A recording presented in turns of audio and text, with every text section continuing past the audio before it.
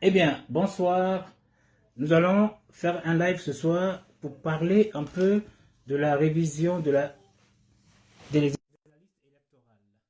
Alors, avant de musique avant, comme d'habitude.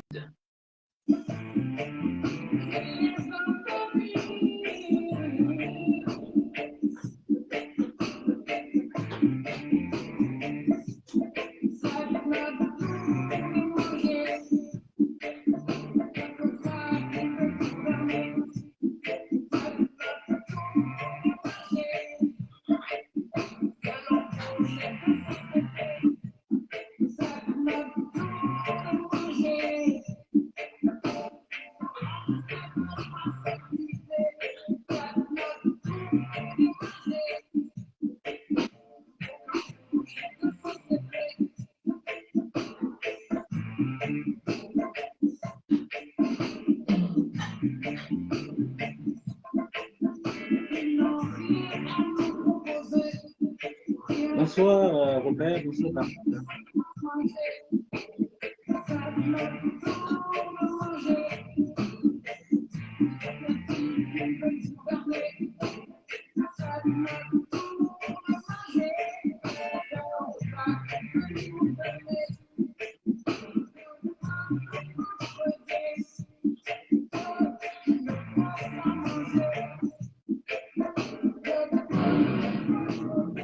Bien, bien, bonsoir.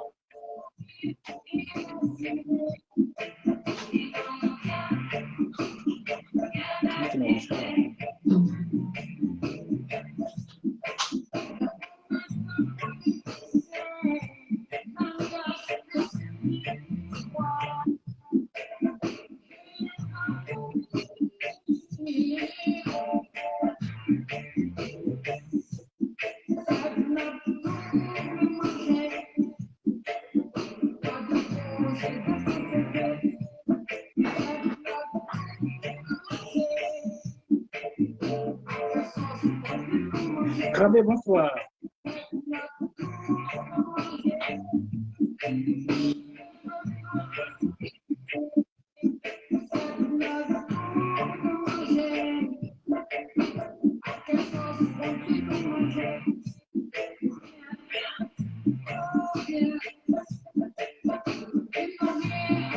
Chris de Biblio, bonsoir.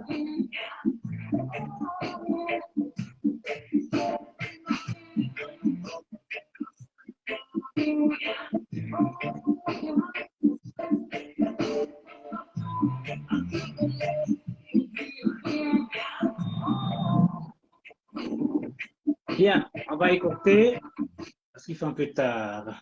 Voilà, j'ai pas l'habitude de faire des lives aussi tardivement, mais là c'est un peu spécial. Eh bien, bonsoir, comme dit, hein, ce soir nous allons parler de la Côte d'Ivoire. Alors, nous avons un intervenant de haute gamme qui pourra bel et bien nous enseigner, nous informer sur tous les plans. Et s'il y a des personnes à lui poser des questions, pourront lui poser des questions. Voilà, il va pas tarder à m'appeler. En attendant, tic tic, qu'est-ce que c'est que ça? Ah, c'est bien. Cindy? Cindy? Cindy?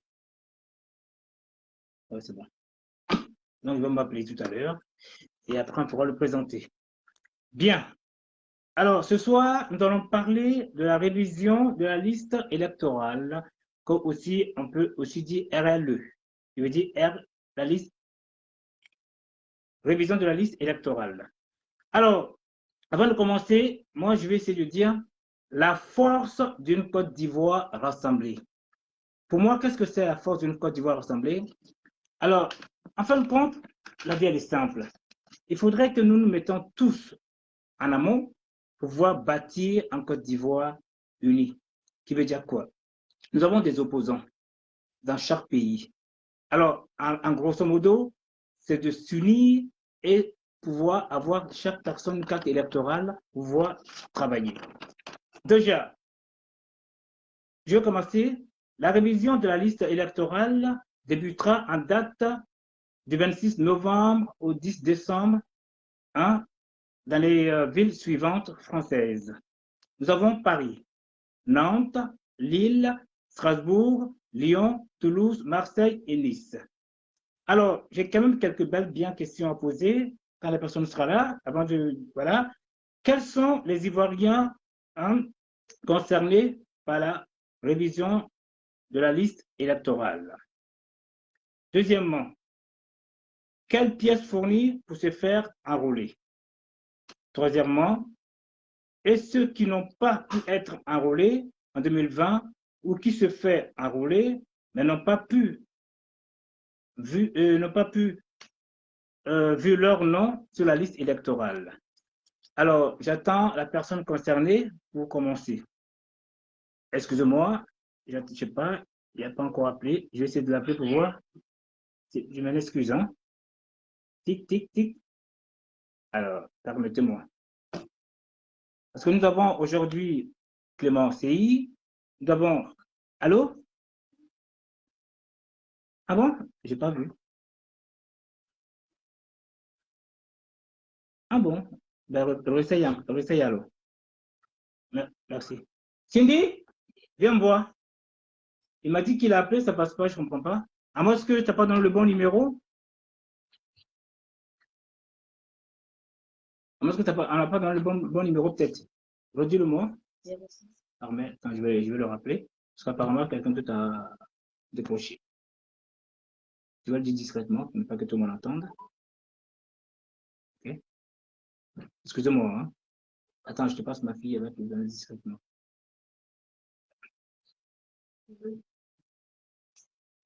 Alors, en attendant,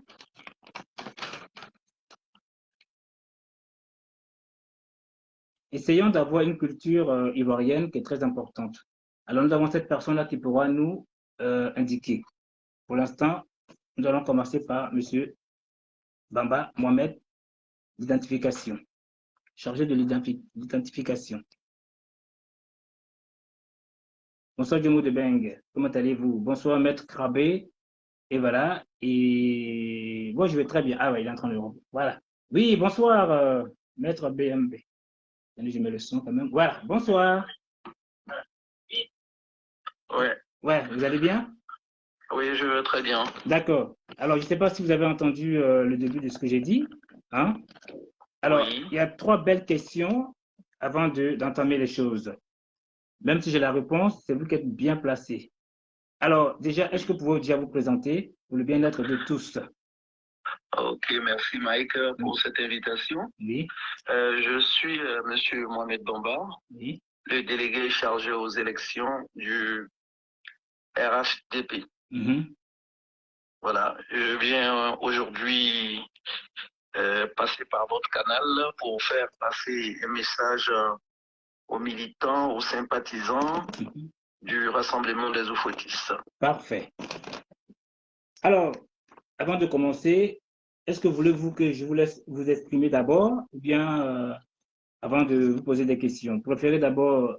Oui, je pense que je vais essayer de m'exprimer. D'accord. Et comme ça, après, les questions pourront être posées. Parfait. Voilà. Bon, aujourd'hui, nous avons eu, il y a 3 à 4 semaines de cela, la visite de Monsieur le Président de la Commission électorale. D'accord. À Paris.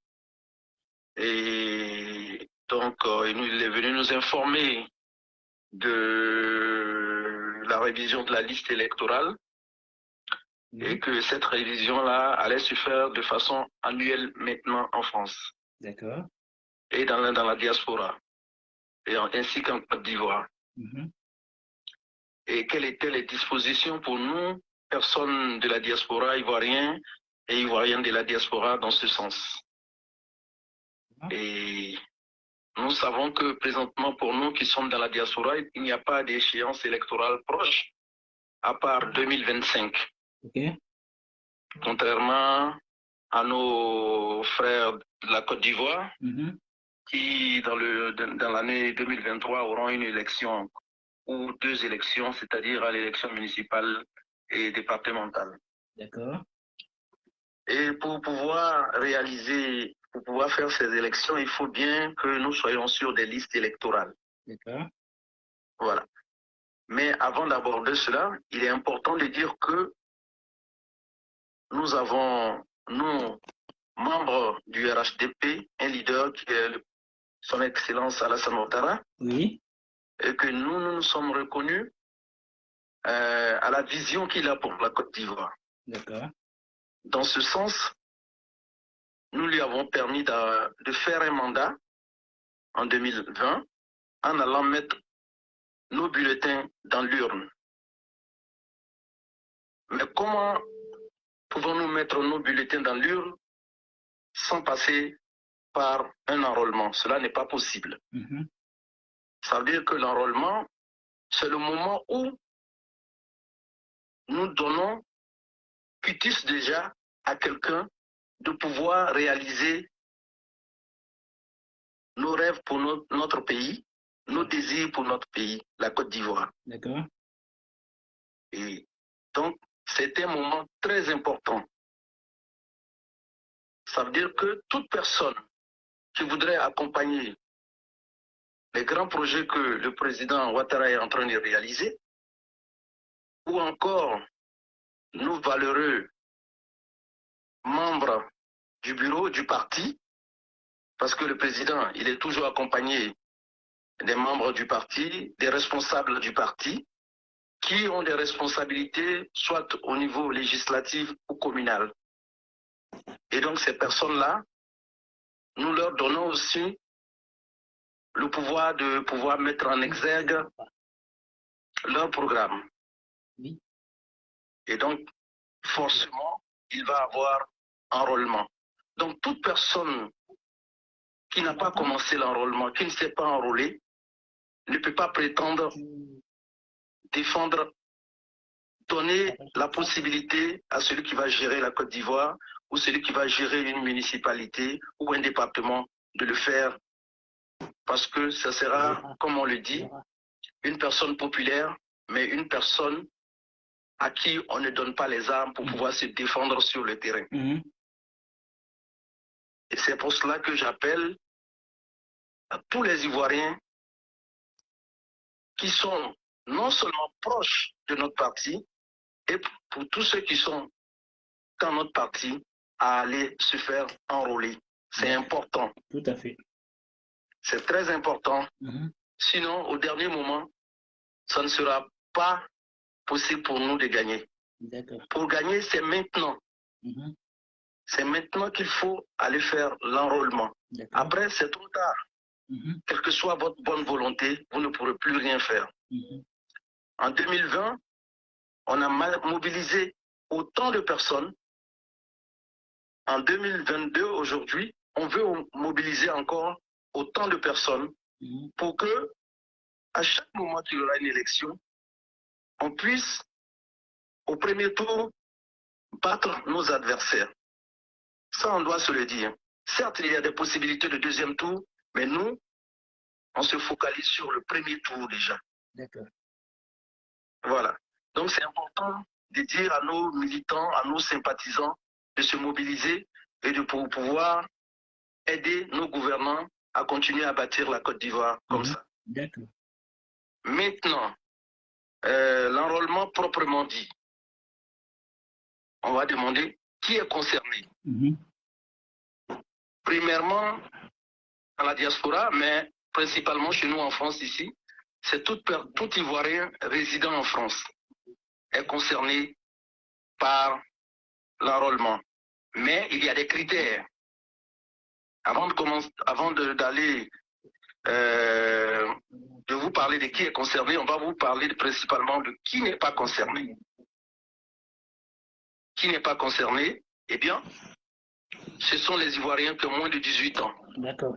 En la date du 10 décembre 2020. C'est-à-dire tout Ivoirien qui n'aura pas 18 ans le 10 décembre 2022, eh bien, ne pourra pas se faire enrôler. Donc, cette personne n'est pas concernée pour le moment. OK? Ça, c'est une première tranche de personnes. La seconde tranche, qui ne doit pas se déplacer pour venir se faire enrôler aussi, c'est tout Ivoirien qui déjà se trouve sur la liste électorale de la France et qui n'a pas changé de ville. C'est-à-dire, j'étais à Bordeaux, maintenant je suis venu sur Paris ou Marseille. Je n'ai pas changé de ville, c'est-à-dire que j'étais à Bordeaux, je suis resté à Bordeaux. Il faut comprendre que pour les régions, en France, ça se passe par région en fait. Les départements. En Île-de-France, je suis en Île-de-France, je me suis enrôlé en 2020. Je n'ai pas quitté l'Île-de-France, ce n'est pas nécessaire pour moi de me déplacer pour venir me faire enrôler. Je dois rester là. Je suis en Rhône-Alpes, je me suis enrôlé là-bas, ce n'est pas nécessaire de me déplacer pour aller me faire recenser encore une seconde fois. Ce n'est pas nécessaire, je reste à la maison. Ok? D'accord. Ça, c'est pour les gens qui sont déjà sur la liste. Maintenant, là où il va y avoir des changements, qui sont concernés maintenant? Eh bien, ceux qui sont concernés, on aura les personnes qui ont changé de ville. C'est-à-dire, j'étais à Abidjan, je suis venu maintenant en France ou de pays. J'ai changé de ville ou de pays, j'étais à Abidjan, je suis venu en France. Eh bien, pour moi et pour cette personne, il est nécessaire de se rendre dans un centre d'enrôlement pour faire la mise à jour des informations, de la mise à jour de sa résidence, de son domicile. C'est important pour cette personne-là de pouvoir se déplacer vers un centre d'enrôlement pour pouvoir faire une mise à jour. Certes, la personne est sur la liste électorale, mais si la personne ne va pas faire une mise à jour, eh bien, la personne demeurera sur la liste électorale d'Abidjan. Et donc, au moment de voter, même si la personne se présente ici en France, elle ne pourra pas voter, sachant bien qu'elle est sur la liste électorale, mais elle n'est pas dans le bon lieu. D'accord. Voilà. Donc, sont concernées des personnes qui doivent faire des mises à jour. Les mises à jour aussi concernant les informations biographiques.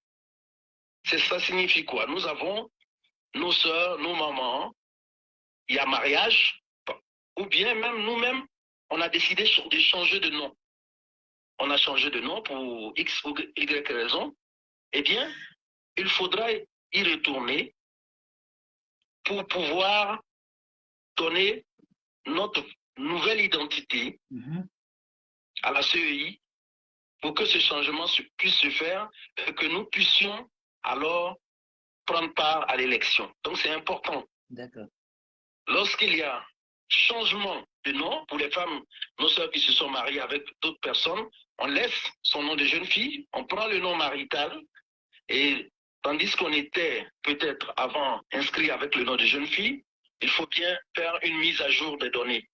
Et donc cela est important que nous nous déplacions dans un centre d'enrôlement.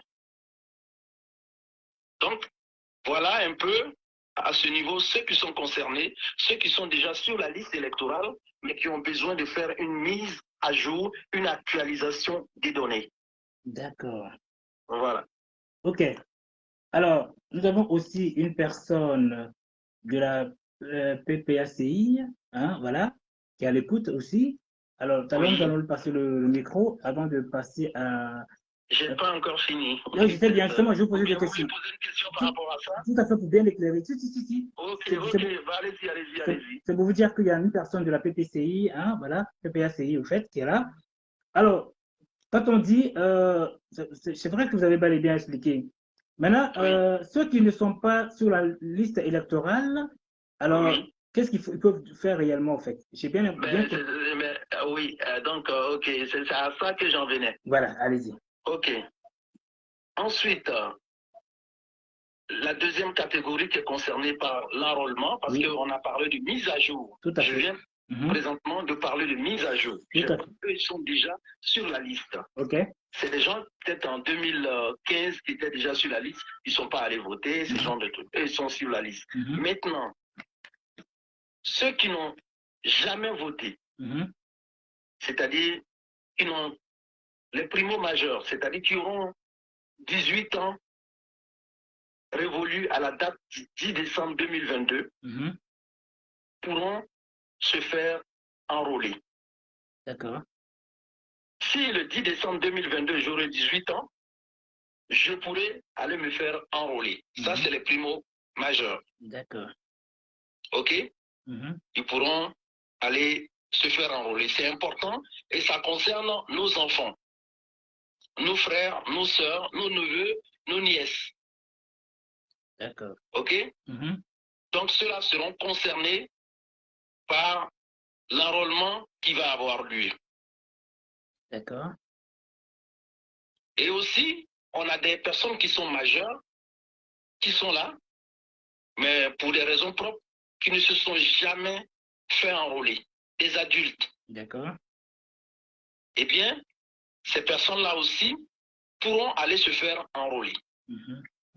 Parce que ces personnes ne sont pas sur la liste électorale.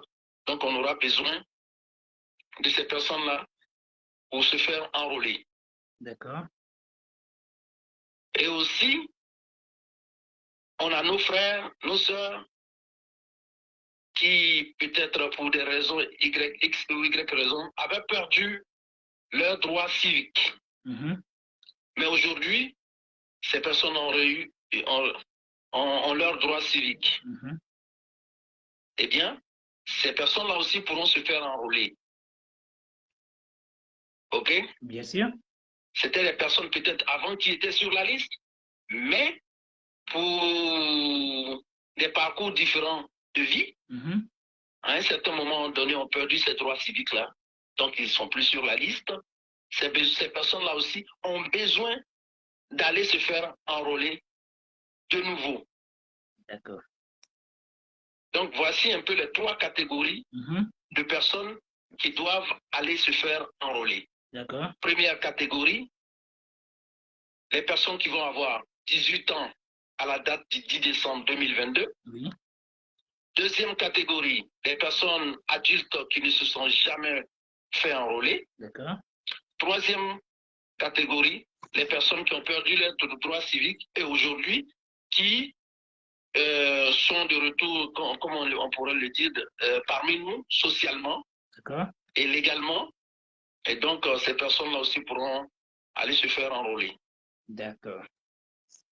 Donc, voilà un peu les 3 catégories de personnes qu'on attend à partir du 26 au 10 décembre, 26 novembre au 10 décembre 2022 dans les différents centres, dans les différents lieux d'enrôlement. D'accord. OK. Alors, au fait, allez-y. Maintenant que je vous ai donné la date, allez-y, allez-y, le 26, ça va. Vous allez me poser la question, de quoi ont-ils besoin pour pouvoir se faire enrôler? C'était bien cela, merci. Eh bien, les documents d'identité valides pour l'enrôlement. Pour nous, les gens de la diaspora, contrairement à la Côte d'Ivoire, on aura besoin de passeport biométrique. D'accord. Donc, le passeport biométrique pourra nous permettre de nous faire enrôler. De la carte d'identité nationale. De la carte consulaire. Oui. Et du certificat de nationalité accompagné d'une pièce où il y a notre photo. Parfait, oui. Voilà. Alors, quand on dit sur la carte d'identité ou récépissé, ONESI, qu'est-ce que cela veut dire? Oui.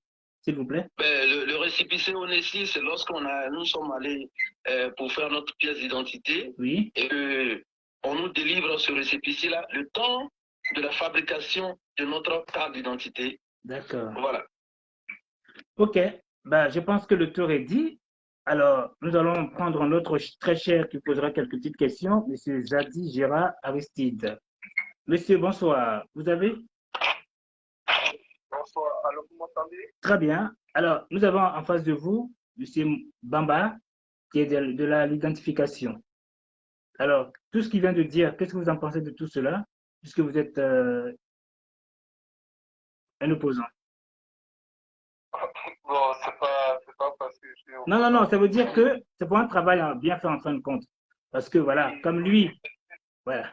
Alors, et merci beaucoup, merci à Mike, le régulateur que vous êtes, merci à M. Bamba, merci à tout le monde. Oui. Il est important de parler de la liste électorale parce qu'il faut dire que Faut présenter présentez-vous déjà, s'il vous plaît. oui, je vais me présenter, j'arrive. Mhm. Il est important d'en parler parce qu'il va de la stabilité de la Côte d'Ivoire. Oui, Moi, je suis Aristide Gérard Gadi, oui. donc je suis responsable de jeunesse PPACI Mhm. France. D'accord. Voilà, donc responsable de jeunesse PPACI France. Et il faut dire que j'avais été invité Oui. euh, à une réunion, c'est-à-dire organisée par les responsables de la CEI Mhm. lorsqu'il était de passage sur Paris. OK. Donc, j'ai eu à poser la question par rapport à ce qui était de l'adhésion du PPACI au sein de la Commission électorale indépendante. Mhm. Voilà, donc au jour d'aujourd'hui, la question reste posée. C'est vrai qu'il y a eu des démarches qui ont été entamées. Il y a eu une rencontre avec le ministre de l'Intérieur qui a été effectuée. Mais Mhm. jusqu'à là, nous n'avons pas encore l'assurance de notre adhésion au sein de la Commission électorale indépendante. Mhm. Et que c'est une chose qui avait été déjà mise sur la table de négociation Mhm. depuis mars 2022. D'accord. Et ça a été traduit dans un conseil de ministres, mais qui n'a pas été validé. Voilà, donc au jour d'aujourd'hui, nous nous posons la question et nous nous inquiétons aussi sur la présence ou le manque de présence des noms de nos leaders. Par exemple, le président Laurent Gbagbo, qui ne figure pas sur la liste électorale. Donc, qu'est-ce qu'il en est? Et voilà, donc c'est les questions on veut bien poser à ces personnes qui représentent la commission électorale indépendante. D'accord. Ok. Alors, Ok. Mike, oui. je tiens à faire un éclaircissement Merci. parce que je pense que mon frère du PPACI, M. Zadi, n'a pas compris qui j'étais principalement. D'accord. Quand je me suis présenté en qualité de délégué aux élections du RHDP. D'accord. Je ne me suis pas présenté en qualité de membre de la commission électorale de la représentation diplomatique. D'accord. OK? Mhm. Donc, je suis là en tant que responsable du RHDP et non de la commission électorale. Donc, je pense que sa question est destinée à la mauvaise personne. D'accord. Donc, je ne saurais donner une réponse à cette question parce que c'est pas à moi de répondre à cette question-là. Parfait. Voilà. D'accord. Alors, monsieur Zadi, étant donné que là, en fin de compte, c'est, comment dire, la force d'une Côte d'Ivoire rassemblée. Vous qui avez des partisans aussi, enfin, c'est plutôt, comment dire, sensibiliser nos frères pour pouvoir aller chercher une carte électorale pour s'inscrire. C'est bien ça, monsieur Bamba? Oui, non, oui, mais aujourd'hui, l'objet de ma présence ici, Oui. c'est une présence qui est destinée aux militants de mon parti. Ah, Maintenant, d'accord. s'il y a des opposants, Mhm. parce qu'il faut être clair, aux D'accord. militants de mon parti qui est le RHDP, Oui. j'interviens à ma qualité de responsable du RHDP D'accord. et non à la qualité d'un membre de la commission de la représentation diplomatique, D'accord. CERD. D'accord. Donc, il faut être que nous soyons clairs. Sa question, j'étais à, comment on appelle ça, à cette rencontre avec Kuiber, et Kuiber a répondu à sa question, Mhm. et je pense qu'il doit retourner plutôt vers cette commission. Cette commission, il a eu à dire tout simplement que la décision ne venait pas de lui en tant que président de la commission électorale, D'accord. mais que ça venait, c'était une décision qui venait des membres qui constituent la commission électorale, c'est-à-dire les partis politiques. Et ce que j'ai appris, qu'il y avait un poste qui était destiné au PPACI, au sein de la commission électorale, ce que je sais, qui est destiné au PPACI. Maintenant, les autres considérations politiques, je ne pourrais pas en parler. D'accord. Parce que ça ne dépend pas de moi, les décisions qui sont prises à un certain niveau. Parfait. OK. Ah ben, d'accord. Oui, allez-y. Oui, alors merci d'avoir apporté cet éclaircissement. Oui. Alors, il faut dire que, voilà, moi, lorsque j'ai eu mal de respiration du phone, voilà, je me suis dit qu'il m'a présenté M. Tomba comme quelqu'un qui faisait partie de la commission électorale. Ouais, je me suis trompé au fait. Je me suis trompé. Il n'y a pas ça arrive, il n'y a pas de mais c'est toujours bien d'en parler. Voilà. Il faut dire qu'au jour d'aujourd'hui, c'est pénible parce que il est de la santé de la Côte d'Ivoire. Nous invitons tous nos sympathisants, nos militants à aller vérifier leur présence sur l'électoral parce qu'il faut dire que les échéances vont bientôt. Merci. C'est bientôt pour les 23 pour les municipales, ainsi pour les régionales et ainsi de suite. Donc, c'est pour dire que, effectivement, je lance cet appel à tous les militants du PACI qui sont peut-être à aller vérifier leur présence sur les listes électorales. Voilà. Voilà. Donc, je pense que mon porteur, ou bien les choses qui mettront en place, là, permettra à tout un chacun de pouvoir se retrouver, quand il parle de tout un chacun, tous les partis politiques, de pouvoir se retrouver au sein de la commission électorale indépendante. Donc, voilà ce que voilà. D'accord. Alors, Monsieur Zadi, ne quittez pas. J'ai une personne qui se nomme Monsieur Diomo de Beng. On va voir s'il peut vous répondre à cela. Parce que le rôle de Monsieur Bamba, je m'en excuse, hein, je pensais que vous en rendre compte, c'était plutôt pour informer tous les Ivoiriens de tous les partis politiques pour pouvoir s'enrôler. Voilà. Monsieur Bamba, je m'en excuse, hein, je me suis trompé. Non, c'est pas grave, c'est pas grave. OK. Monsieur Diomo? Monsieur Diomo, bonsoir. Oui, est-ce que vous pouvez répondre à Monsieur Zadi? Si vous ne pouviez pas, on va passer à autre chose. Je pense que Ah, d'accord. Parce que comme il m'a fait un demande. Diomo, Monsieur Zadi a posé une question. Monsieur Zadi. Il va parler en tant que qui? Il n'est pas membre de la commission électorale. Il pose une question qui concerne la commission électorale. Bon, Diomo. Ok, monsieur. Bon, Diomo, apparemment, tu ne fais pas partie de la commission électorale. Donc, tu auras du mal à répondre à cela. Ok. Il a posé la question, peut-être qu'on verra par rapport à d'autres expériences qu'on a vécues. D'accord. Mais, Diomo, excuse-moi, Mike. Diomo, écoute, monsieur Bamba. Écoutez, monsieur Bamba. Monsieur pose une question qui ne dépend pas de nous. Quelle réponse veux-tu lui donner? Ça dépend du ministère de l'Intérieur, ça dépend des responsables politiques à un haut niveau. Donc, quelle réponse peux-tu lui donner? Surtout que le monsieur a déjà eu une réponse avec monsieur Kluivert. Ok. Il était présent, tu étais présent à cette réunion.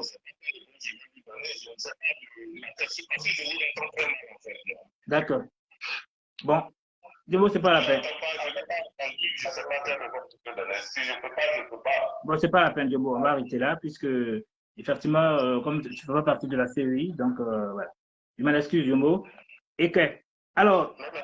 Je suis en train de suivre les questions. D'accord. Maintenant, toi, Diomo, puisque Bamba nous a bel et bien expliqué le contour, qu'est-ce que tu peux poser comme question à M. Bamba pour ceux qui sont dans le néant? Avant que Diomo ne commence, Diomo, excuse-moi. J'ai quelque chose qui me suis venu en tête, que j'ai oublié complètement de parler. Oui. Je devais parler aussi de nos frères qui ont quitté Abidjan, parce que j'ai parlé de ceux qui ont quitté Abidjan pour venir ici. Mais si on a certains de nos militants qui veulent rentrer définitivement à Abidjan, parce qu'on a certains de nos militants qui rentrent définitivement à Abidjan, qui sont déjà sur cette liste électorale-là, mais qui doivent actualiser leurs données. Dans le sens inverse, c'est-à-dire quitter Paris pour aller s'installer à Abidjan définitivement et être sur la liste, vous pourrez le faire, ce changement, en ligne. D'accord. Voilà, vous allez aller sur le site de la CEI et il y a un lien et vous allez pouvoir faire ce changement-là. D'accord. Voilà. Ok. Mais pour une personne qui quitte Abidjan pour venir sur la France, résider en France, y vivre, ce changement ne peut pas se faire en ligne. Il faut qu'on explique un peu. C'est dans l'autre sens, de Paris vers Abidjan, du Burkina vers Abidjan, des États-Unis vers Abidjan. Voilà, on peut faire le changement en ligne. Parfait. Mais d'Abidjan vers la diaspora, ce n'est pas possible. OK. Voilà. Ça marche. Alors, Diongo, as-tu une question à poser avant que je prenne M. Stéphane qui doit poser une question aussi? Non, moi, je n'ai pas de questions à poser. Je vais justement dire bonjour à M. Zadi. Oui. Du côté assis. Je dis aussi bonjour à M. Bamba. Oui. Chargé des élections au RATP. Oui. Je ne peux qu'aller dans leur sens parce que nous sommes dans une période de sensibilisation. Tout à fait. Et la période de sensibilisation après les vraies périodes. Mais ce que je vais justement ajouter, c'est que il faut d'abord ou faire ou s'inscrire ou vérifier que nous sommes sur la liste électorale avant de venir faire un contentieux électoral. D'accord. Parce que tu n'es pas inscrit sur la liste électorale et que tu ne votes pas et qu'après tu te plains que mon candidat n'a pas gagné, ce n'est pas ta faute au parti qui a gagné, c'est plutôt la faute à toi-même. Parce que l'occasion t'a été donnée pendant des jours d'aller vérifier si ou pas tu es inscrit sur la liste électorale. D'accord. Tu n'es pas parti, on proclame les résultats et c'est toi qui es le premier à sortir sur les antennes pour dire non, je ne suis pas d'accord. Mais tu n'es pas d'accord, tu contestes quoi? Tu contestes la défaite de ton candidat ou tu contestes le fait que toi tu n'es pas allé t'inscrire pour donner une voix à ton candidat. D'accord. C'est un gros problème. Donc, les Ivoiriens, je les incite véritablement à sortir massivement, que ce soit du PPAC, du RATP, du PDCI, de que sais-je ne sais pas, du FPI. Franchement, il faudrait que nous nous levons comme un seul homme, aller renfouler, aller remplir, je dis bien, les centres d'enrôlement pour pouvoir mettre nos noms ou encore vérifier si nous sommes inscrits véritablement sur la liste pour savoir que si jamais le jour je me plains de la défaite de mon candidat, je ne suis pas responsable, c'est parce que les autres n'ont pas voté comme moi pour ce candidat. D'accord.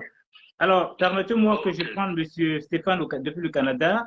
J'aimerais poser une question et après je prendrai M. Doyen. Allez-y, M. Bamba. Mike, oui. Je voudrais ajouter quelque chose. Allez-y. C'est que pour pouvoir vérifier si nous sommes sur la liste électorale, oui. Eh bien, il y a un lien, il y a un site, c'est le site de la CEI, oui. c'est www.cei.ci. D'accord.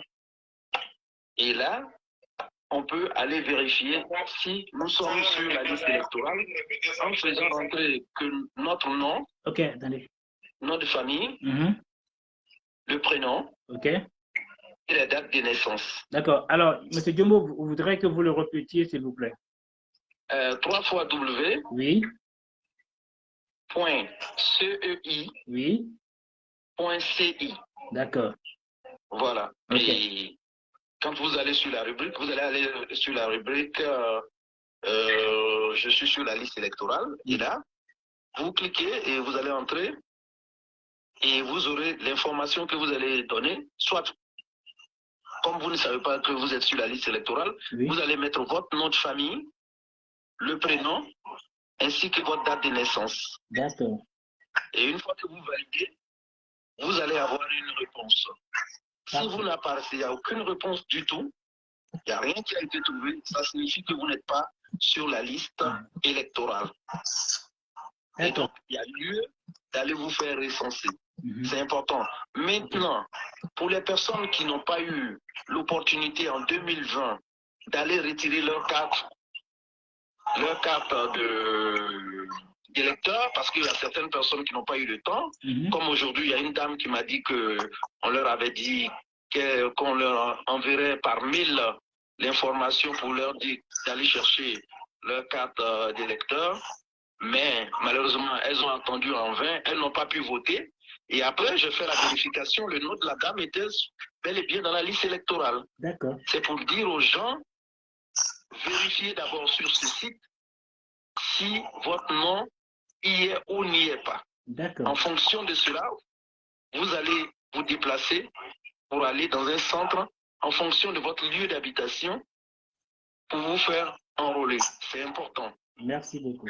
C'est très important. Donc, toute personne qui s'est mise déjà sur une liste électorale qui s'est faite enrôler, il est important de vous déplacer.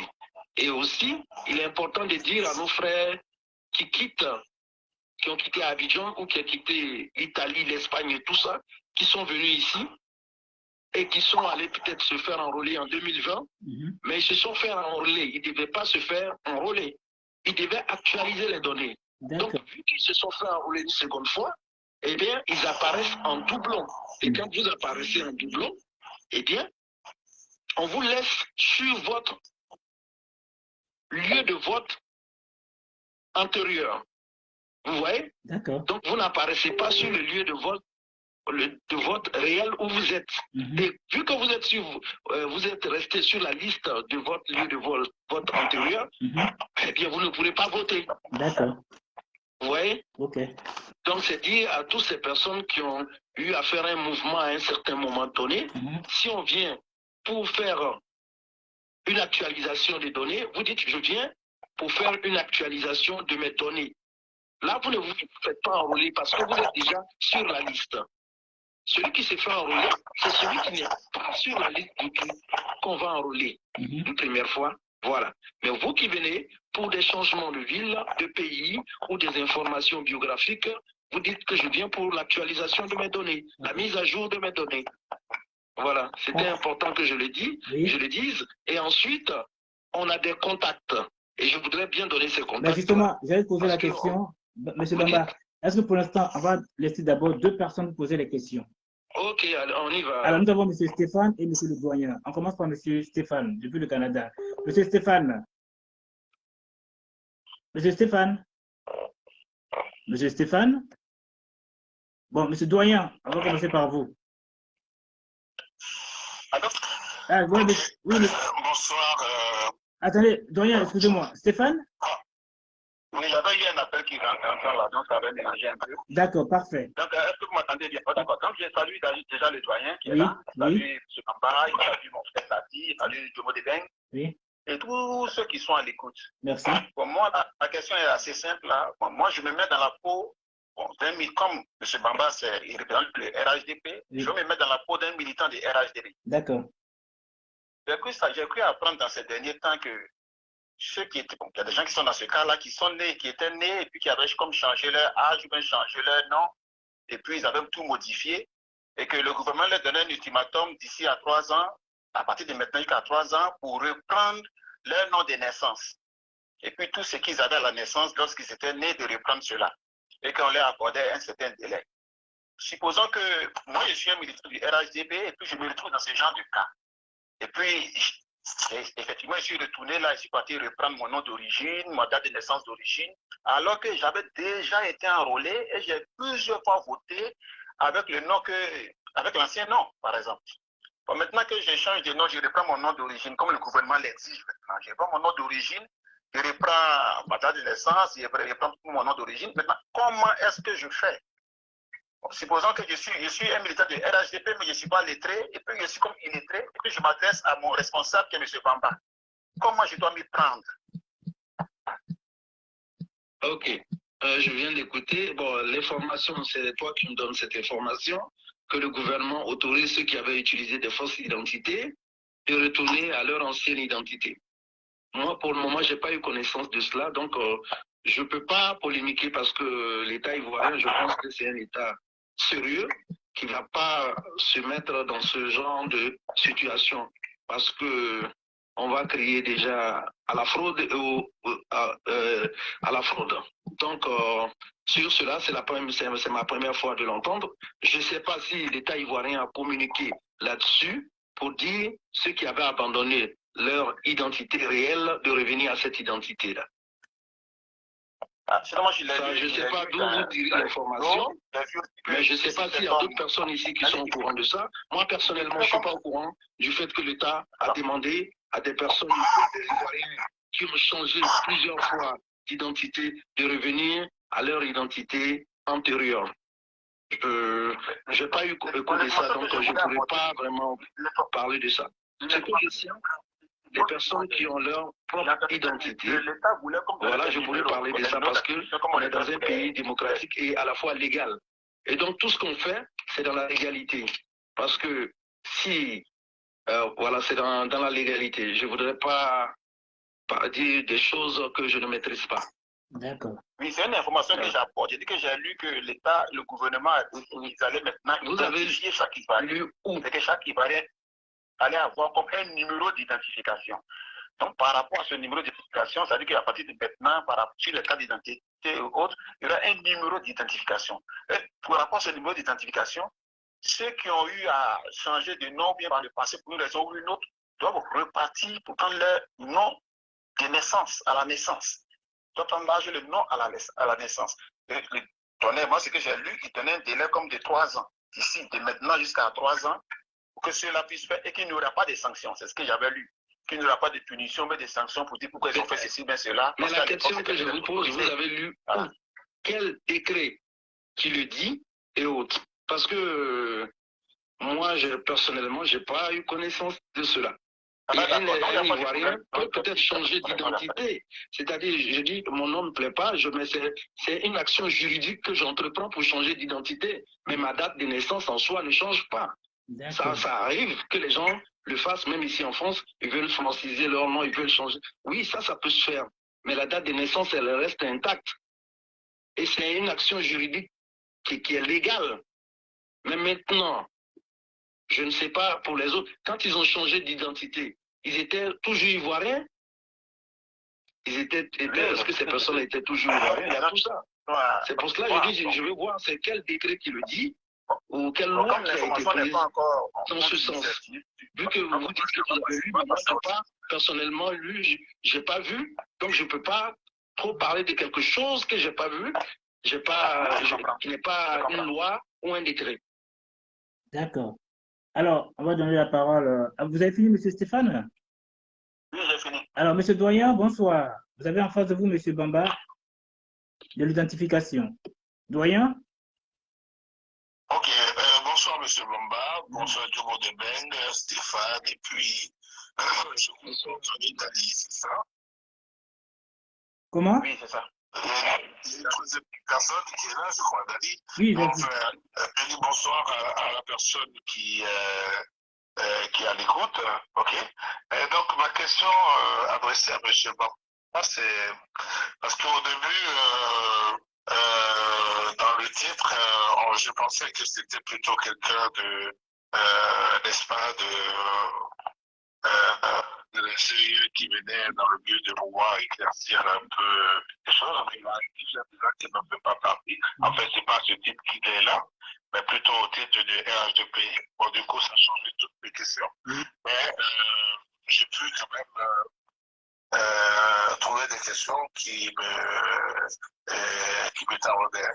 Alors donc, la chose que je voulais savoir, c'était de savoir, puisqu'il dit qu'il est venu des séances pour le RHDP, pour motiver les gens du RHDP, je voulais d'abord savoir, et ça c'est une question avant d'approfondir, à quel titre, quel est son rôle au sein du RHDP? C'est la première question avant de pouvoir représentant du RHDP en France. Bonsoir, mon rôle au sein du RHDP, comme on vous l'a dit, je suis le délégué chargé aux élections. Voilà. Ok, parfait. Bon, en tant que délégué chargé aux élections, en 2020, j'ai été celui qui a été appelé à s'occuper de l'identification de tous les militants du RHDP. Ensuite, à préparer les élections pour ma famille politique, le RHDP. En soi, nos assesseurs RHDP, bien sûr, parce qu'on a besoin de se faire représenter dans les bureaux de vote. Donc, préparer nos militants qui allaient avoir durant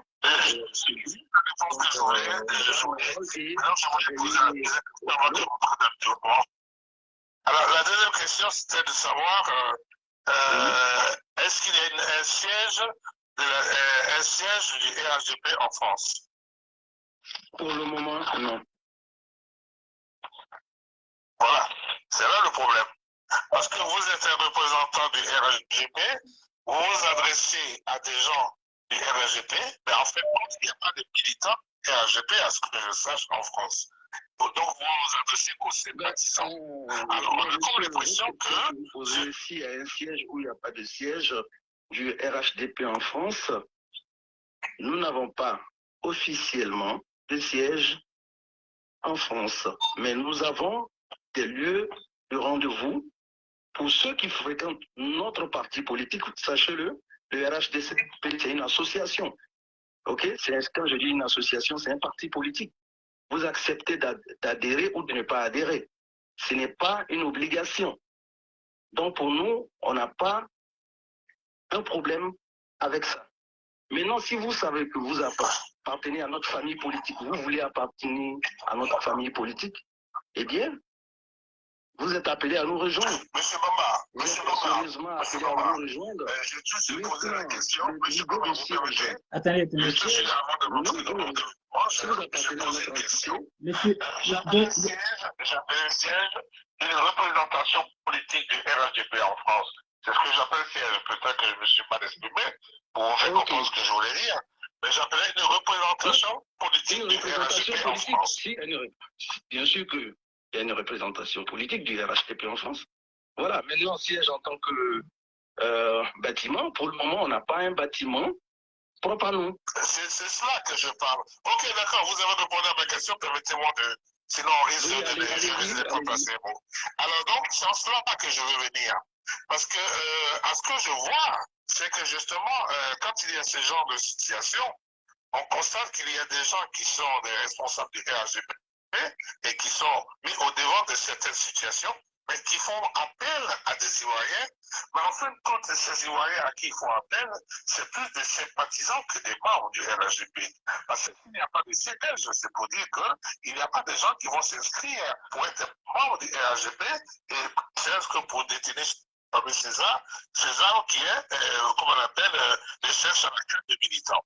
Alors donc, ça c'est très important ce que je vais vous dire, parce qu'on a comme l'impression que le RHDP en France, comme même à Abidjan, se manifeste seulement que quand il y a des élections. Alors que ce n'est pas les élections qui doivent vous faire venir à la population. Mais toute action politique et toute activité dans le quotidien doit être marquée par ceux qui se sont concernés par les actions du président. Donc, amener ces gens à adhérer justement, à épouser les idées en adhérant justement à ce parti. Mais il n'y a pas de siège, on ne sait pas où vous trouvez, on ne sait pas où vous va. Et tout d'un coup, vous sortez du néant et vous venez vers nous pour dire, venez, vous allez voter. C'est vrai, avec ou sans vous, nous allons voter. Ça, c'est la première des choses. Mais la première des choses, c'est de pouvoir dire que nous existons, nous pions sur rue, et donc vous pouvez venir dans le but des échanges, des rencontres et tout ce qui s'ensuit. À ce que je sache, dans le bon vieux temps, quand le RHDP s'est créé, il y avait Yizako qui existait comme président. Bon, aujourd'hui, je ne sais pas s'il est toujours président, s'il est toujours responsable, mais je sais qu'il exerce. Je peux continuer, je termine. Tout confondre parce que Yizako au début, on a commencé avec le RDR. Le RHDP existe depuis quand? Posez-vous les... Non, je parle au niveau du RHDP, s'il vous plaît. S'il vous plaît. Ne confondez pas le RDR et le RHDP. Le fait que nous nous sommes retrouvés, à un moment donné, un certain nombre de partis politiques ivoiriens pour former le RHDP. Même jusqu'à ce jour, notre parti est en restructuration. Monsieur, je sais tout ça. Permettez-moi que je finisse de faire mon exposé, vous allez parler. Vous voyez même qu'au niveau de la restructuration qui s'est faite dernièrement, avec M. qui a été choisi comme président du directoire. Doyen, laissez-le finir, doyen. Également. Oui, mais c'est qu'il ne répond pas à mes questions, il est en train de dire des choses qui n'ont rien à voir. Qui est en restructuration. Et au niveau de la France, nous sommes en restructuration. Voilà. Maintenant, nous ne venons pas simplement aux Ivoiriens pendant les moments d'élection. Présentement, nous ne sommes pas dans une phase d'élection en France. Nous ne sommes pas dans un moment d'élection en France. Nous ne sommes pas concernés par les élections qui vont se passer. Ok. Monsieur Bamba. Oui, non, parce que, je voudrais parler de ça, parce qu'on est en train de sortir pour le moment du sujet. Le sujet, c'est les élections. Tout à fait. Maintenant, son problème à lui, on pourrait parler au divan. On ne sort pas du sujet.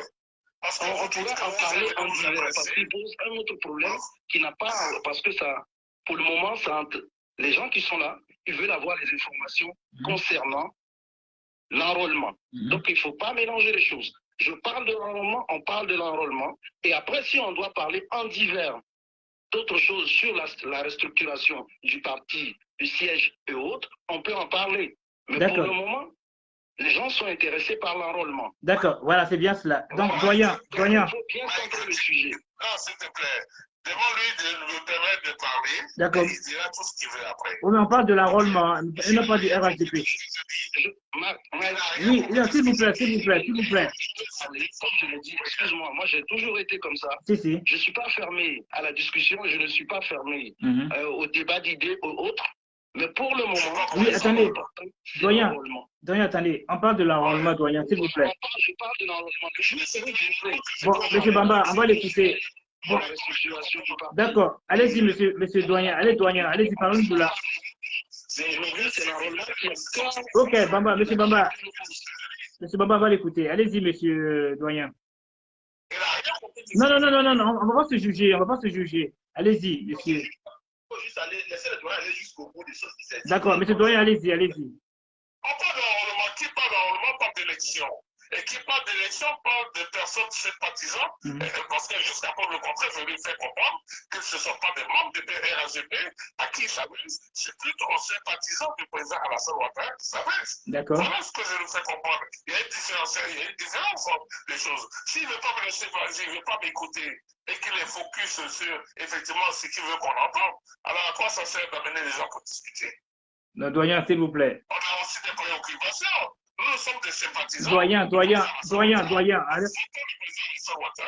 Et on souhaiterait quand même être membre du RHDP et qu'il s'adresse en tant que à des hommes comme RHDP, à qui il donne, puisqu'il a dit à l'entente de son exposé qu'il n'est pas venu dans le but d'être, il n'est pas venu en tant que délégué du comité électoral, n'est-ce pas? Et qu'il est venu pour le RHDP. Parfait.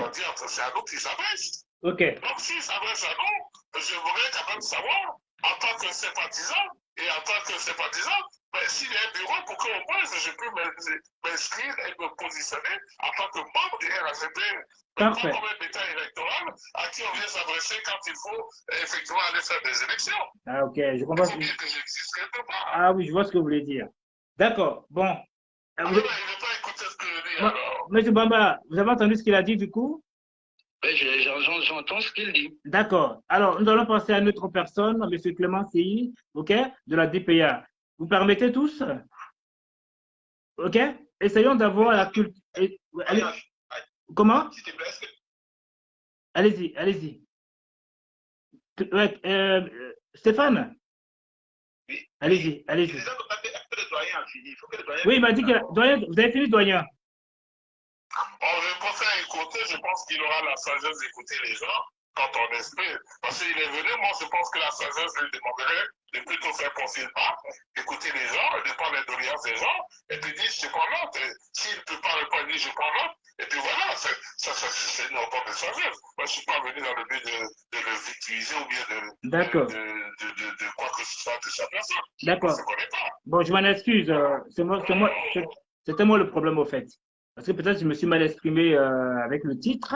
Voilà, comme M. Bamba s'est bel et bien présenté, hein, effectivement, il est venu pour sensibiliser plutôt les frères RHDP pour pouvoir aller s'enrôler.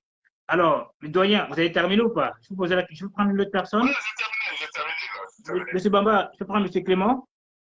Allez-y. Bonjour, M. Clément. Oui, bonjour, M. Naïf. Voilà. Alors, essayons d'avoir la culture électorale. Nous avons M. Clément Seyi de la DPA qu'on appelle Désir de paix et d'avenir en Côte d'Ivoire, et qui vit en France, qui saura nous donner quelques conseils pour être armé. Voilà. Parce qu'en fin de compte, avant de parler de M. Clément, je montrerai juste une petite vidéo en quelques secondes hein, pour que vous appreniez à le connaître. 24, 12, 38. OK. Alors, on va écouter 2 petites secondes, pas pour longtemps. M. Clément Seyi. Le son. Tu ne peux pas accepter. Tu refuses. quitter ta commune pour aller voter ailleurs. Ça, c'est les sources du Parlement. Quand on a une culture électorale, ces choses-là, on les évite. Quand tu as cette culture électorale aussi, tu dois te dire que c'est ton programme en tant que candidat, c'est ton programme de société qui doit te permettre de gagner une élection. Tu ne dois pas compter sur la profondeur de ta poche. Parce qu'en général, c'est ce qui se passe chez nous. Aujourd'hui, ça fait que dans les Ivoiriens, ils sont fous de ce qu'on appelle programme de société. Quand il y a campagne, quand il y a la électorale, alors celui qui va donner plus, hein, celui qui a les 10 000 francs, il va le voter. Je ne sais pas comprendre. Voilà, bon, malheureusement, on ne va pas l'écouter longtemps. Voilà, Monsieur Clément, bonsoir. Voilà, vous avez en face de vous Monsieur Bamba de l'identification, Stéphane depuis le Canada, le doyen depuis Paris. Allez-y, Monsieur Clément. Alors, bonsoir Maïk. Oui, bonsoir. Bonsoir aussi tous ceux qui sont présents sur la plateforme. Oui. Et l'invité d'honneur, c'est M. Bamba. Hein? Voilà. D'accord, M. Bamba, oui. Bonsoir, M. Clément. Intervention, je peux? Allez-y. Voilà. L'intervention, alors, c'est vraiment pas pour poser une question à M. Bamba. D'accord. Certainement, je pense que mon intervention, c'est pour donner un coup de main important aussi à M. Bamba. Oui. Puisqu'il est venu pour sensibiliser à ce que les Ivoiriens en général, et puisque nous sommes sur une plateforme RADP, si je ne me trompe pas, donc que les militants et sympathisants de l'ADP prennent conscience des élections, des enrôlements. Okay. Je pense que c'est ça le sujet. D'accord. D'accord, permets-moi. C'est vrai que c'est ça le sujet, mais comme moi, c'est pour la Côte d'Ivoire entière, donc j'aimerais aussi que tu puisses aussi donner quelques conseils à d'autres Ivoiriens. En fait, c'est pour une force nouvelle pour la Côte d'Ivoire, pour que tous les Ivoiriens soient unis, mais chacun à son bord politique. Voilà. D'accord, ok, c'est une très bonne chose. C'est une très bonne chose. Alors, je peux? Allez-y, on vous écoute, on vous écoute. Très bien, alors c'est une bonne chose. Je voudrais dire à M. Bamba que sa tâche, elle est difficile, je sais. Elle est très difficile. Très difficile, oui. Mais je voudrais dire aux Ivoiriens qui nous écoutent aujourd'hui que on a à chaque veille d'élection, hein, il y a des paroles qui sortent, les gens, les désimpliqués, à ceci, à cela. Et puis, les Ivoiriens, à la fin de la campagne électorale, quand on finit les élections, il y a des bagarres. Et pendant ces bagarres-là, on dit qu'il y a la triche. On a voté et puis ils ont volé nos voix. Est-ce que réellement les Ivoiriens votent? Et c'est cette démonstration que je vais faire aujourd'hui. Vous pouvez, toujours en soutien à M. Bamba, vous pouvez aux Ivoiriens, qu'en Côte d'Ivoire, on ne voit pas. Donc on s'entretue pour vraiment rien du tout. On écoute les paroles des politiciens pour s'entretuer, sinon on ne peut pas. Alors, je vais vous faire un rapprochement. Depuis 1990, c'est-à-dire 90, c'est notre année de référence, parce que l'année où il y a eu la première élection pluraliste en Côte d'Ivoire. Au cours de cette année 90, il y a eu l'élection, la première élection, le résultat, c'est vrai, il faut avec un jeu, mais nous avons constaté qu'il y a eu 3 millions d'Ivoiriens qui avaient participé à cette élection. 3 millions d'Ivoiriens. 3 millions 49 133 Ivoiriens qui ont participé à cette élection directement. Alors, si nous rapportons en 2020, c'est là ça devient plus intéressant. Si nous rapportons en 2020, nous constatons que, alors, ceux qui ont effectivement voté en 2020, alors, je vais vous dire le chiffre exact, 3 millions 269 000. En 90, il y a eu 3 millions. En 2020, il y a encore 3 millions qui votent. C'est-à-dire, en 30 ans, il n'y a que 3 millions d'Ivoiriens qui votent. C'est un problème, alors que la population, elle est galopante. En 90, on était à 12 millions. Aujourd'hui, nous sommes à presque 28 millions. Et si même le travail se fait correctement, peut-être 30 millions. Mais il n'y a que 3 millions, je dis bien 3 millions qui comptent. Je vais faire encore un autre rapprochement. En 2000, l'année Guy et Gbagbo.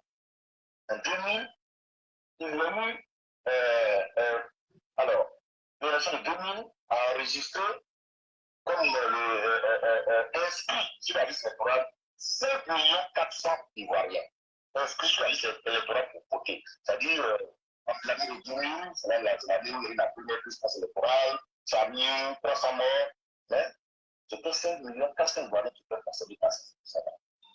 Mais on est étonné de constater, et ça, c'est très grave.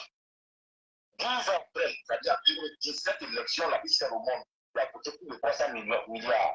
De cette élection où il y a eu une campagne médiatique, on a lancé un mot d'ordre, on a assisté, hein, comme nombre inscrit pour voter 5 700 000. C'est-à-dire en 2000, il y a eu 5 400 000. En 2010, 10 ans après, il y a eu 5 700 000. Ça veut dire qu'ils sont augmentés avec tout ce qui a été fait. Quand on finit de faire ces deux comparatifs, on se rend compte qu'effectivement, les Ivoiriens parlent, mais ils ne votent pas. Ils votent pas. Ils ne votent pas. Et je vais vous donner un exemple de vote au Ghana. Oui. L'élection du Ghana. La dernière, d'ailleurs, la dernière élection ghanéenne, en 2020, oui. Cette élection de 2020 au Ghana, là où nous avons 6 millions d'inscrits sur la liste électorale, les Ghanéens, ils ont 17 millions d'inscrits sur la liste électorale. Mais ce qui est encore grave, c'est que celui qui a perdu les élections au Ghana les a perdu avec 6 millions de voix. Les 6 millions de voix, c'est notre collège électoral en Côte d'Ivoire. Vous voyez tous ces chiffres, on vous dit que les Ivoiriens, il est grand temps que nous prenions en compte ce phénomène d'institutionnel. Ça ne sert à rien de nous entendre. Que les Ivoiriens sachent qu'une victoire électorale commence par l'inscription sur la liste électorale. Parce que c'est là. C'est là. Une élection ne se gagne pas à la présidence. Elle ne se gagne pas aussi par le populisme. Ce n'est pas parce qu'on a rempli le stade, on a rempli des places publiques, de grandes places, qu'on peut gagner l'élection. Pour gagner l'élection, il faut commencer par l'inscription sur la liste électorale. C'est pourquoi je vous dis qu'une victoire électorale commence d'abord par l'inscription sur la liste électorale. Et c'est là le problème, il faut que les Ivoiriens comprennent. On nous a habitués ici à boycotter les institutions électorales. Mais ce n'est pas normal. C'est vraiment pas normal. Donc, je pense que le débat continue. Je voudrais faire comprendre, c'est M. Doumbia, je crois. De la CEI. Non, M. Bamba. M. Bamba. Ah non, il n'est pas de la CEI. Il n'est pas de la CEI. Il n'est pas de la CEI. Voilà, il n'est pas de la CEI. Non. Il n'est pas de... D'accord. Donc, je voulais parler à M. Bamba, qui a l'habitude d'ailleurs de cette séance-là. Oui. Que vraiment, je le soutiens dans sa sensibilisation et que les Ivoiriens doivent prendre conscience qu'une victoire électorale commence par l'inscription sur la liste électorale. Et ça, les Ivoiriens doivent savoir que quand on dit la démocratie, comme la définition de la démocratie, c'est le pouvoir du peuple par le peuple et pour le peuple. Mais cette définition, si elle doit avoir sens, c'est juste à cause de la carte d'électeur. Parce que c'est cette petite carte d'électeur, c'est elle qui fait gagner n'importe quel candidat. Que tu sois riche, que ce soit président, à ta propre candidat à ta propre session, quel que soit ton rang, la petite carte d'électeur qui fait un tour. Donc, imaginez un instant que nous avons déjà 15 millions d'Ivoiriens inscrits sur une liste électorale. Nous assurons que le politique va changer de langage. Parce qu'il faut désormais que le peuple peut le sanctionner. Mais quand on va rester à voter à 3 millions, là, mais le politicien ne va pas nous respecter, il ne va pas nous écouter. Et puis, c'est facile de nous prendre 10 000, 5 000 ici pour aller les voter. Mais 15 millions d'Ivoiriens, pour nous couronner d'abord, ça ne sera pas facile. Maintenant, pour triomfer avec 15 millions, ça n'a rien à voir avec 3 millions. Donc, il faut effectivement prendre ce volet-là en compte. D'accord. Il faut prendre ce volet en compte. Merci. Je m'arrête là pour l'instant. On est toujours dans le débat. D'accord. Alors, M. Bamba, comment vous avez trouvé l'interview de M. Clément Sey? Merci à toi, mon frère Sey. On se connaît déjà. En 2020, nous avons eu l'occasion de parler. Tout à fait. Dans le cadre des élections. Peut-être que tu ne te souviens pas. Mais nous avons eu une très bonne collaboration. Donc, ça ne m'étonne pas le discours qu'il vient de tenir. D'accord. comme il l'a dit, l'Ivoirien, pour le moment, on n'a pas cette culture, mais on va essayer, à notre manière, d'amener les Ivoiriens à avoir cette culture de vote. Parce que c'est ce qui est le plus important pour le développement d'un pays.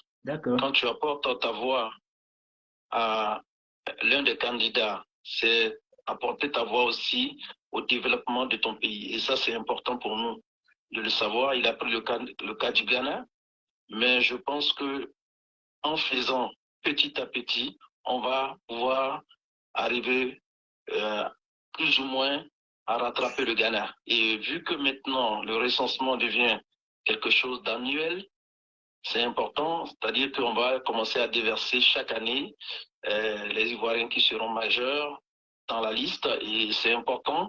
Et comme ça, déjà, on va avoir un fort nombre de personnes sur la liste électorale, et le reste va se faire par les partis politiques déjà, en essayant de convaincre au maximum leurs sympathisants et militants. Et c'est ce que nous, notre parti, le RHDP, ne cesse de le faire depuis belle lurette, mais depuis 2020, nous sommes passés à une autre étape où à chaque moment il est nécessaire d'amener nos militants et sympathisants à se faire enrôler, eh bien, nous avons une équipe sur le terrain. Et c'est pour dire que durant ce moment d'enrôlement, on aura des permanences téléphoniques aussi, et physiques, et on aura sur le terrain certains militants qui vont encadrer nos sympathisants et militants qui viendront dans les différents centres pour se faire enrôler. Alors, et aussi, donc, cette présence-là sera effective. D'accord. Alors, oui, allez-y, posez la question à M. Bamba, oui. Voilà. Moi, c'est pas une question en tant que telle, mais ça s'adresse à tous les partis politiques de Côte d'Ivoire. D'accord. Et ça, je pense que le doyen, plusieurs fois, il en a parlé, et puis d'autres aussi en ont parlé, comme M. Kouadio. C'est un problème de formation. Il ne faudrait pas attendre les élections pour, comme le doyen le dit, pour faire des gens comme une député électorale. Non. C'est avant les élections qu'on doit. Il faut former les militants. Surtout les militants de base. Parce qu'en Côte d'Ivoire, on connaît le taux d'alphabétisation en Côte d'Ivoire. Il est peut-être juste un peu au-dessus de la moyenne. Mais ce n'est pas encore ça. Mais il faut aller vers les militants, il faut les former. Dès que les gens sont formés, dès que les militants sont formés, dès qu'on leur apprend les choses de base, c'est que c'est qu'une élection, c'est que c'est qu'être électeur, c'est que ceci, et on leur montre déroule le programme du parti, je pense bien qu'on n'a pas à courir même après eux. Mais c'est parce que les gens souvent manquent d'informations. Non seulement ils ne sont pas formés, et puis ils ne savent même pas pourquoi ils supportent la personne, parce que, bon, comme en Côte d'Ivoire, il est de même ethnie que moi, donc je le supporte, ou bien il me donne un peu d'argent, comme le fait Clément Seyid dit, c'est à cause de ça que je vais aller voter pour lui. Mais ce n'est pas comme ça doit fonctionner. Il ne faudrait pas attendre toujours à la veille des élections, et puis on court ici dans tous les sens, on installe tout, téléphonique, par Internet, en ligne, tout ça là, je pense bien que on doit faire, ça doit être un travail de fond. Je pense à tous les partis politiques, pas seulement au RHDP, à tous les partis politiques. Il faut former les militants, surtout les militants de base, parce que c'est la base qui vote.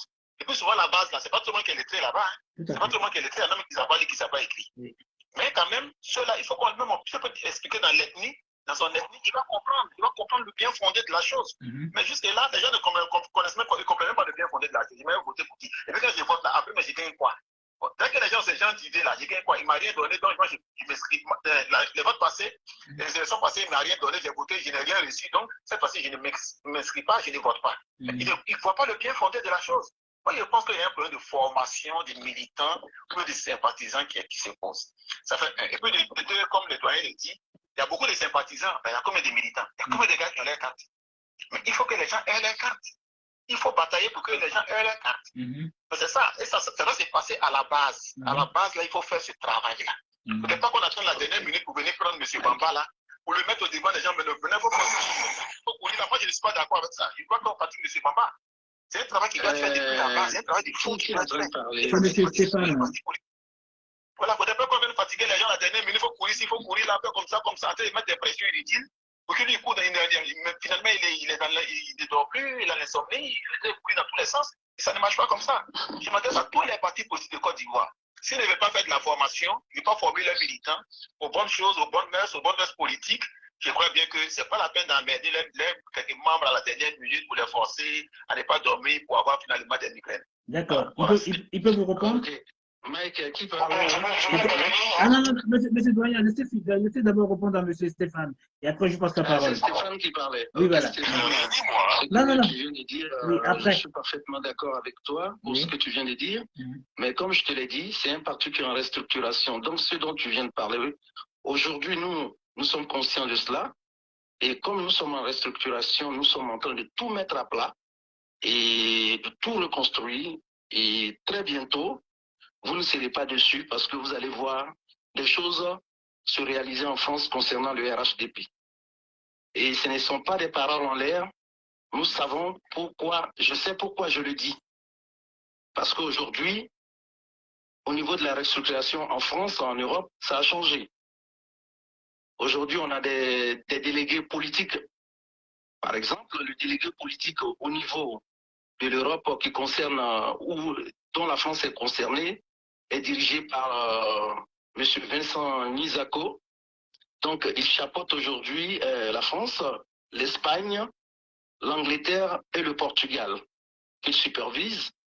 Et il y a un poste de délégué pays qui a été mis en place où il y a une proposition de nomination qui a été faite concernant M. Koné Tidiane, qui pour le moment est intérimaire, et donc qui fait le travail sur le terrain. Et bientôt, on aura un bureau. Bientôt, quand je dis un bureau, c'est-à-dire statutaire avec le nouveau statut du parti, on aura les sections, les comités de base. Aujourd'hui, nous étions aux Ulysse. Oui. Nous avons rencontré la section des Ulysse pour vous dire que nous sommes en train de mettre les choses en place. Les comités de base et autres. Il y a un formateur politique. Tout cela sera mis en place. Merci. C'est un travail qui va se faire tout doucement, dans l'ordre. Les cartes de membres, c'est un sujet déjà qui a été abordé. Tout ça. J'entends bien votre cri, mais depuis longtemps déjà, on a commencé à prendre acte. On a pris note, et encore vous venez d'en parler. C'est bien que vous en parlez. Peut-être que les responsables entendront encore que vous réclamez cela, et on va aller un peu plus vite pour pouvoir mettre toutes ces structures en place pour être un parti encore beaucoup plus fort. D'accord. Et pour ne pas attendre au dernier moment, comme vous le dites, pour pouvoir sortir et commencer une course voilà, très rapide pour pouvoir rattraper le retard. Merci. Merci encore d'avoir parlé de cela, mais c'est une marche déjà qui a été entamée, et puis on espère arriver à pouvoir mettre toutes ces structures en place. D'accord. Alors, on prend M. Doyen qui va vous poser une question. M. Doyen, vous écoute. Non, s'il y a une autre personne près de lui, je vais... Non, allez-y. De toute façon, je n'ai plus rien. Oui, je vais intervenir là. Ce que je voulais simplement dire, il aurait pu répondre comme ça quand je lui ai posé la question, ce serait plus compréhensible. Okay. Mais se sentir offensé, ce n'était pas mon but. On s'en excuse. Monsieur Bamba, vous m'avez mal compris parce que, vous savez, je suis de la vieille école. Moi, je suis de l'école du MESI, où je sais ce que c'est que le militantisme, n'est-ce pas? Et je suis un sympathisant du RHGP, pour ne pas dire du président Alassane Ouattara. Moi, je ne suis pas membre, je n'ai pas de carte de membre. Je suis offusqué de savoir qu'il y a bon nombre de personnes ici, n'est-ce pas, qui ont l'amour du président Alassane Ouattara pour le travail qu'il fait, et qui aimerait bien adhérer en tant que militant. Et comme l'a dit si bien Antoine, pardon, je dis Antoine CI, plutôt Clément CI, n'est-ce pas, c'est justement au sein des partis politiques, au sein d'une délégation, qu'effectivement le militant apprend à militer, à savoir ce que c'est qu'un parti politique. Aujourd'hui, nous avons une pléthore de sympathisants qui vont voter simplement parce qu'ils aiment le président Alassane Ouattara ou bien parce qu'ils aiment les travaux que fait le président Alassane Ouattara. Mais c'est pas ça le militantisme, et c'est pas ça un parti politique. Un parti politique n'est pas fait pour une personne, c'est fait pour durer dans le temps. Vous comprenez? Donc, il y a une école, il y a une éducation. Mais s'il faut mettre les gens dans l'obscurantisme, je dis, ce n'est pas qu'ils avancent. C'est en cela que je voulais venir, hein, chers frères. Ce n'est pas dans le but de vous,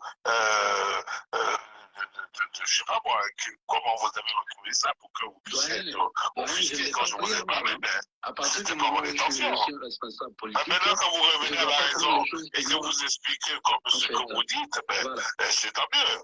Mais on dit qu'il n'est jamais trop tard, n'est-ce pas? Il n'est jamais trop tard. Mais cette prise de conscience devait se faire depuis 2020, quand vous avez vu cette marée humaine qui a voté le président Alassane Ouattara, pour dire, ben voilà, ayant vu ça, il faudrait que nous puissions déposer un siège afin de pouvoir amener des gens à militer. Parce qu'il y a un bon nombre de personnes. Et ces personnes, vous deviez les garder. Vous devez les garder leur apporter une politique de proximité, les éduquer, afin que beaucoup ne soient pas découragés. Vous êtes à Paris comme moi. Vous savez que depuis 2020 jusqu'à maintenant, il y a beaucoup qui sont découragés parce qu'ils ne comprennent pas ce que c'est que la politique. Ils ont une vision étriquée de la politique, ce qui fait qu'ils y vont avec l'émotion, ils y vont avec le machin. Alors, ça c'est pas de la politique.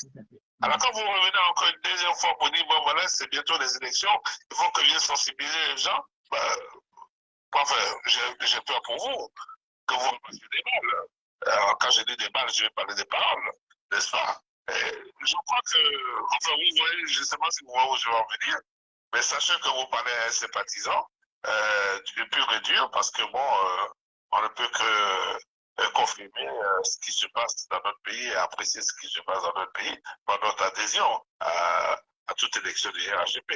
Merci voilà, beaucoup. c'est ce que je voulais dire. D'accord. Alors, M. Bamba, je vais poser une question avant de prendre M. Clément. Je pose juste une question. À moins que vous voulez répondre d'abord à M. Doyen. Non, je ne peux pas répondre. Il a fait une remarque. Une remarque, ce n'est pas à répondre. Merci beaucoup.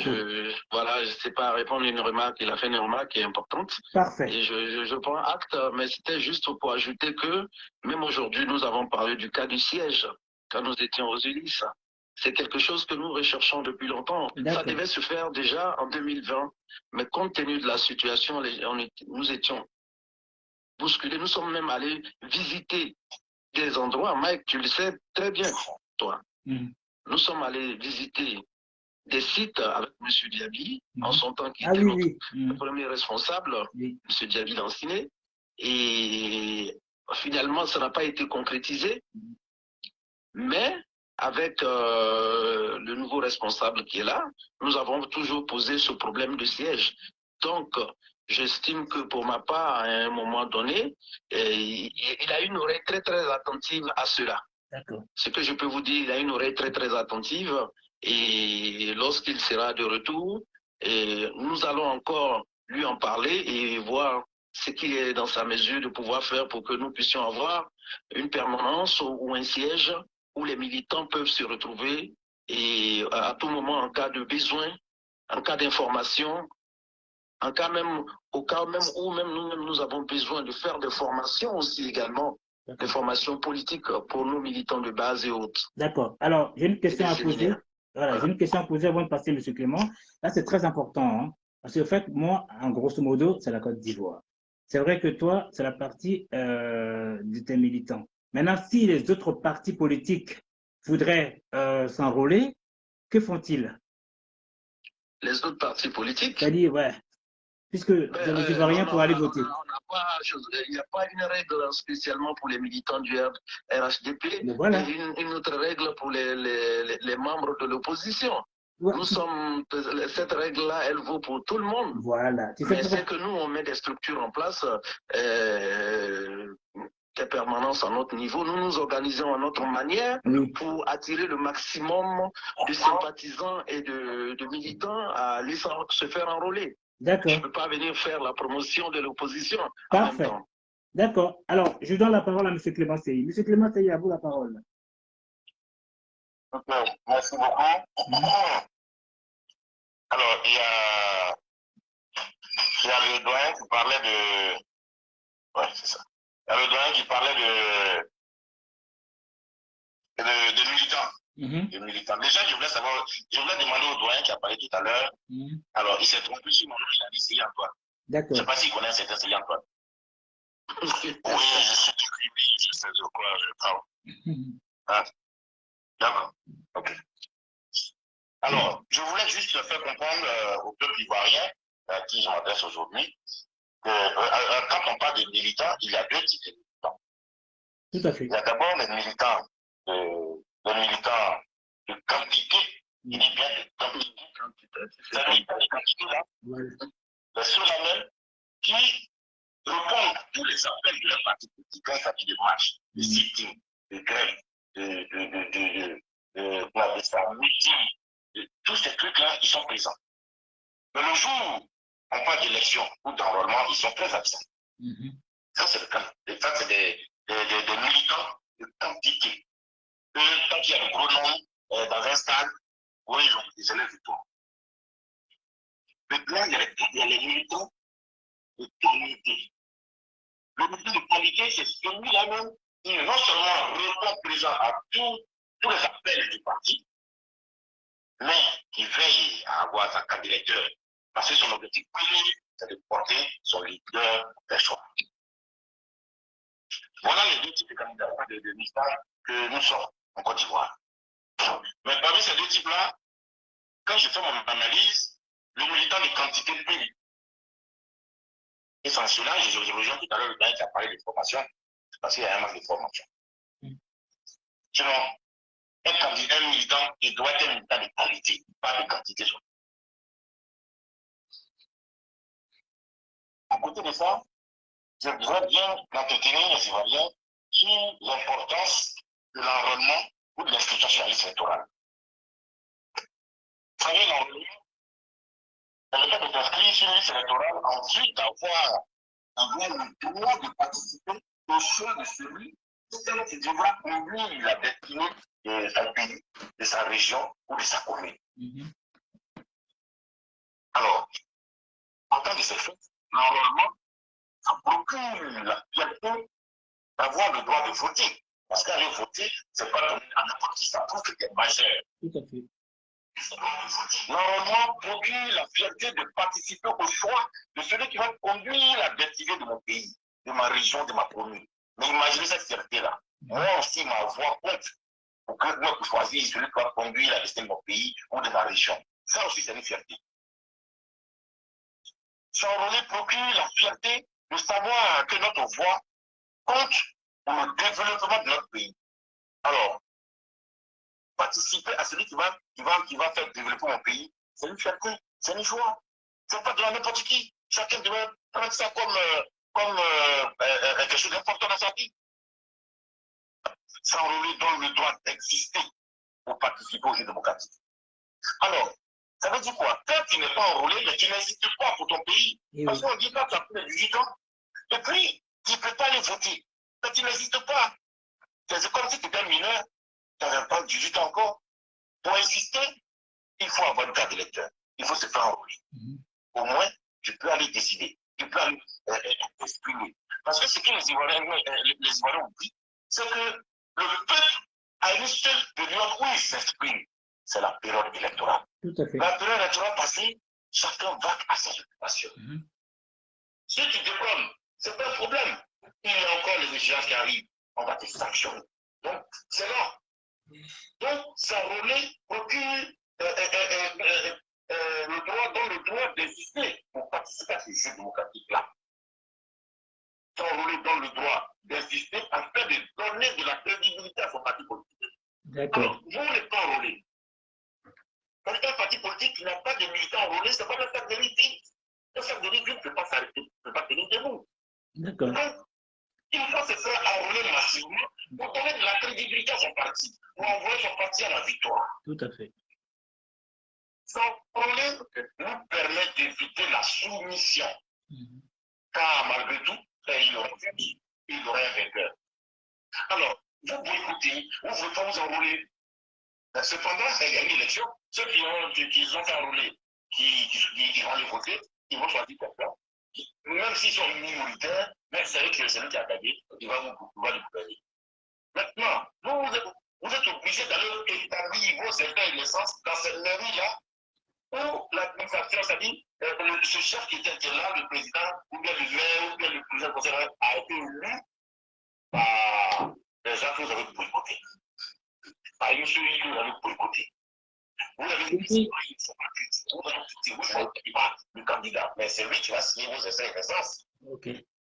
Alors, si c'est pour accepter que c'est monsieur qui n'avait pas voulu signer votre essai et naissance, pourquoi ne pas participer à son choix? D'accord. Ok. Donc, ça, c'est l'importance de se faire enrôler.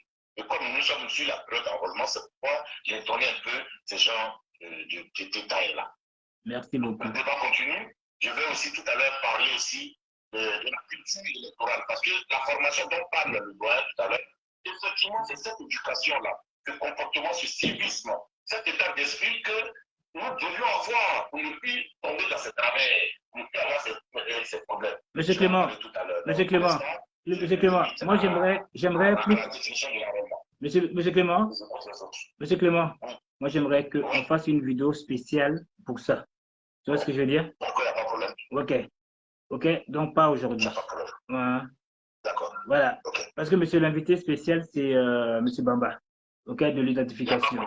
Voilà. En tout cas, monsieur Bamba, je me rappelle de vous, hein, donc ne pensez pas que je me suis oublié. Donc on va laisser la parole à monsieur Bamba et après, voilà. Oui. Monsieur Bamba, on vous écoute. Oui, je voudrais ajouter concernant les personnes qui doivent faire les mises à jour ou l'actualisation des données, vous pouvez vous rendre dans votre centre d'enrôlement muni d'un document d'identité plus d'un justificatif de domicile. Oui. C'est avec ça que vous allez faire la mise à jour de vos données. D'accord. Voilà, donc c'était ce que je voudrais ajouter. Et vous donner par la même occasion les différents contacts où vous pourrez nous joindre. Oui, voilà, allez-y, merci. Voilà. Allez-y lentement. Vous avez le 07 58 89 42 09 ou le 07 58 98 44 04. Oui. Le 07 58 98 44 47 ou le 07 58 98 45 65. Parfait. À ces différents numéros, vous pourrez nous joindre. D'accord.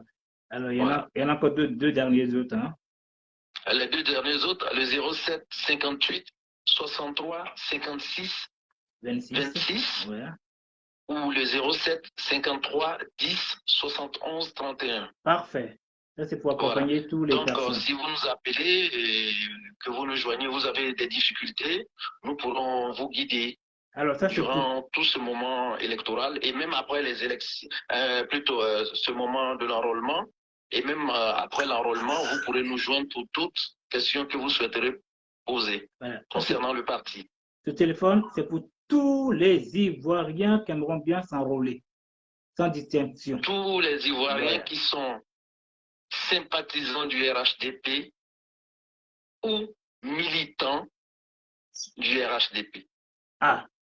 Donc, susceptibles de devenir des militants du RHDP. C'est un service qui est dédié à nos militants. Que les militants RHDP, d'accord.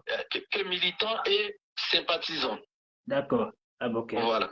D'accord. Enfin, bon. C'est des dispositions qu'on met en place pour nos militants et sympathisants. D'accord. Bon, en fait, moi, afin de si vous voyez que je voulais faire ce live-là, bon, comme je le dis encore, moi, c'était mon but à moi, c'était pour éviter les histoires en Côte d'Ivoire et que tous les Ivoiriens viennent s'enrôler pour aller voter un choix à leur convenance, pour éviter les guéguerres. C'était ça mon rôle, au fait. Voilà, bon, j'avoue, je ne vais pas vous mentir, je suis aussi un peu surpris. Donc, c'est pour ça que je suis un peu bloqué aussi. Parce qu'à la base, il y avait les PPACI, d'autres partis qui devaient tous venir être là. La preuve, ils sont tous partis parce que finalement, moi, je n'avais pas compris ça comme ça. Bon, je vais l'excuse pour tout le monde. Voilà. Je peux poser une question? Allez-y, à M. Bamba, allez-y. Oui, je suis là. M. Bamba, puisqu'il est comment on l'appelle, du RHDP. Tout à fait. Je voulais savoir s'il existe un mouvement des élèves étudiants du RHDP en Côte d'Ivoire. En France, ici? En France comme en Côte d'Ivoire? Non. Au niveau de la France, nous avons en fait l'Union des cadres. D'abord, est-ce qu'il existe un mouvement des élèves étudiants RHDP? Le mouvement étudiant en Côte d'Ivoire, non, parce qu'en Côte d'Ivoire, on a, si on veut voir dans les statuts, on a trois grands mouvements, c'est-à-dire on a celui des enseignants, les structures spécialisées du parti. Je vous parle des différentes structures spécialisées du parti. On a celui des enseignants. On a non, ce que je tiens à dire, c'est-à-dire que non, il n'y a pas, puisqu'ils ne sont pas statutaires. Moi, je parle de ce qui est statutaire. Donc, parce que c'est de ça qu'il est question aujourd'hui. Nous avons celui des enseignants, celui de la jeunesse et de l'union des femmes. Ce sont les différents postes statutaires qu'on a.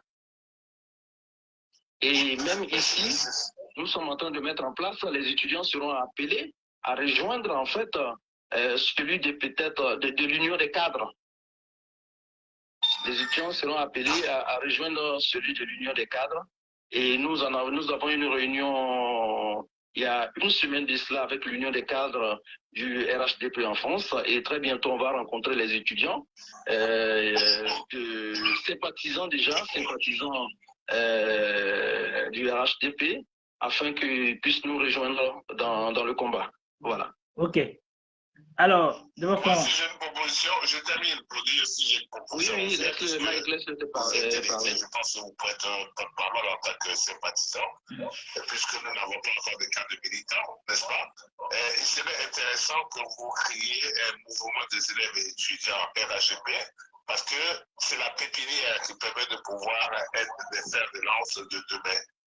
Il faudrait que les gens sachent que c'est que le militantisme et l'idéologie du RHGP, et qui grandissent avec cette idéologie afin que demain, ce soit effectivement des vaillants militants pour défendre le parti.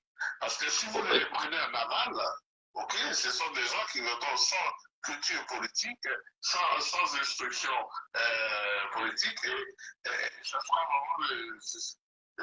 ne sera pas du tout. Enfin, on voit déjà les exemples, vous comprenez?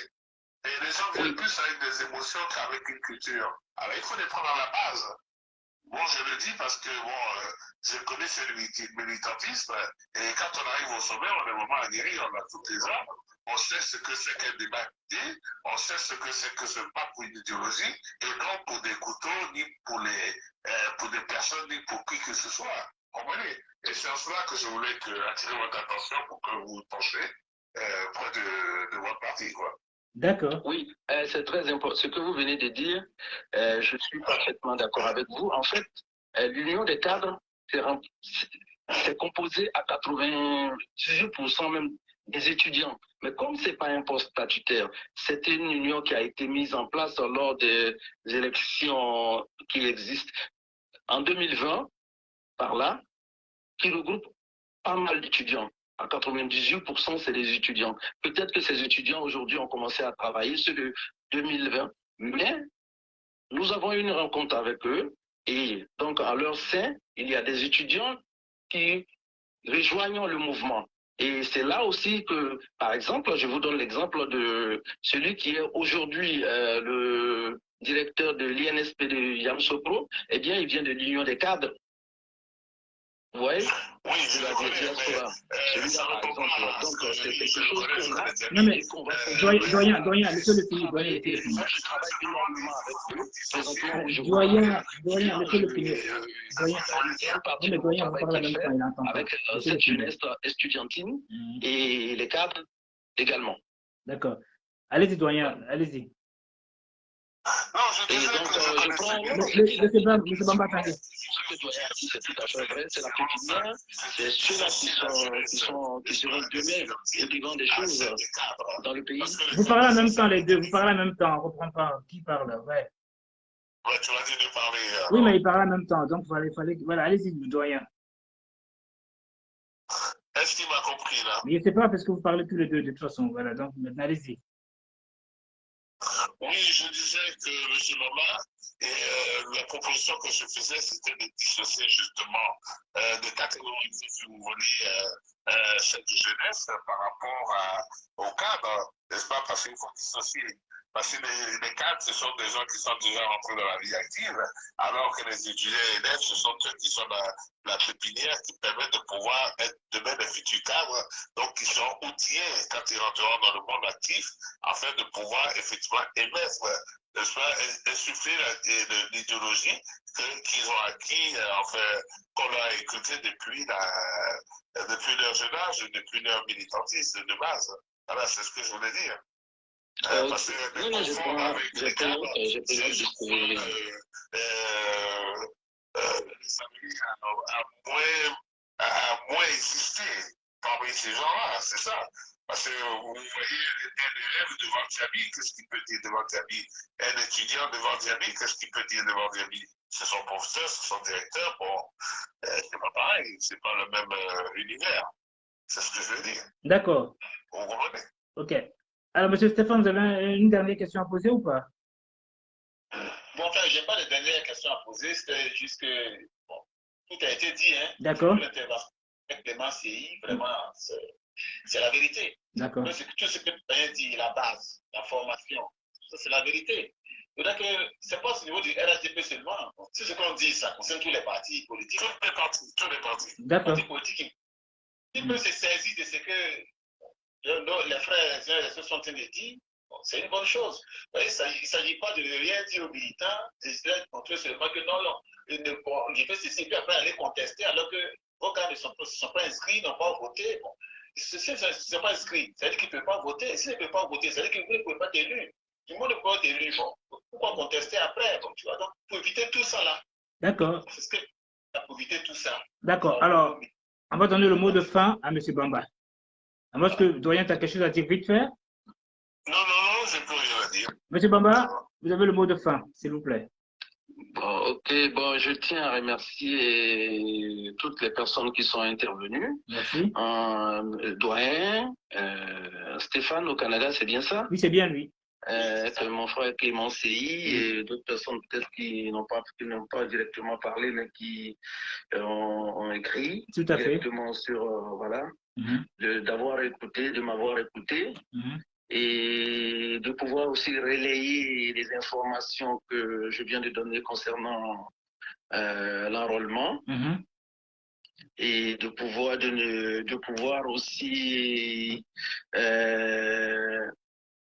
nous contacter à travers tous les différents numéros que j'ai pu donner, tout à fait, que j'ai pu communiquer, oui. C'est important. Tout à fait. Et nous aurons une permanence pour ces personnes-là qui auront des questions à poser, qui auront besoin de se faire conseiller, guider durant ce moment du 26 au 10.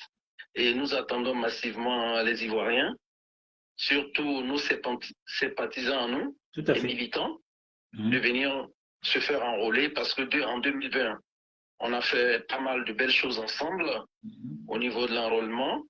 Et donc, c'est le moment, encore une fois, de venir vous faire enrôler et vous dire que ça ne s'arrête pas à l'enrôlement, parce qu'après l'enrôlement, c'est en 3 étapes. Après l'enrôlement, on va avoir les contentieux, c'est-à-dire de rectification et d'éradiation pour certaines personnes, et pour terminer avec la liste définitive. Donc, c'est dire aux Ivoiriens qu'on a encore un chemin à faire. Et cet enrôlement qu'on fait maintenant, c'est pour l'année 2022. En 2023 aussi également, nous allons avoir un nouvel enrôlement. Et 2024, et pour celui de 2024, va nous faire basculer sur l'élection présidentielle. Donc, c'est un moment pour nous de conforter notre position de premier parti de Côte d'Ivoire. D'accord. C'est un moment de conforter notre position en tant que premier parti de Côte d'Ivoire, parti qui, à travers de vrais projets pour la Côte d'Ivoire, une vraie destinée pour notre peuple, qui fait aujourd'hui la fierté de tout Ivoirien. Il y a plus de cela 20 ans, on pouvait l'Ivoirien qui sous Fred Boigny levait la tête, bombait le torse. Il y a 20 ans en arrière, on avait la tête en bas. Et il a fallu qu'il y ait des hommes et des femmes aujourd'hui qui sont aux commandes et qui entourent notre président, le président Alassane Ouattara, pour arriver aujourd'hui à ramener cette fierté-là parmi nous. Aujourd'hui, l'Ivoirien peut aller partout et il est considéré, il est apprécié. Tout à fait. Et c'est par le travail que le président a réalisé. Mais pour que le président puisse réaliser ce travail, il a fallu des hommes et des femmes qui aillent aux urnes pour pouvoir voter, mettre ce bulletin. Et donc, je compte énormément sur les Ivoiriens, ces partisans du RHDP et militants du RHDP à venir se faire enrôler. Et je remercie encore doyen M. CI et Stéphane, pour les nombreux conseils qu'ils ont pu donner, qui peuvent nous servir aussi également pour pouvoir solidifier, redynamiser notre parti. Donc merci à tous et puis merci à toi Mike d'avoir accepté de nous inviter à nous adresser directement à nos compatriotes ivoiriens, particulièrement du RHDP. Voilà. Alors le grand merci te revient à toi parce que vu ton planning, ton manque de temps, franchement tu sillonnes partout. Voilà, donc franchement tu as fait quand même l'effort d'être là ce soir. La preuve, il y a beaucoup de gens qui auraient aimé que je fasse le live plus tôt que prévu, mais malheureusement, tu es l'homme clé. Donc, sans l'homme clé, nous ne pouvons pas démarrer. Donc, merci encore et je te souhaite une très, très bonne soirée, une bonne nuit d'ailleurs. Et merci à M. Stéphane et Clément et tous les intervenants, et Stéphane, Clément, Doyen et tous les participants. Merci bien, M. Bamba. Au plaisir. Il est là, Clément? Ah, Clément, il est parti, il est parti. Ah, ok, d'accord. Monsieur Bamba, je ne vous coupe pas, je coupe tout le monde. Ok. Au revoir, Monsieur Bamba. Au revoir. Au revoir tout le monde.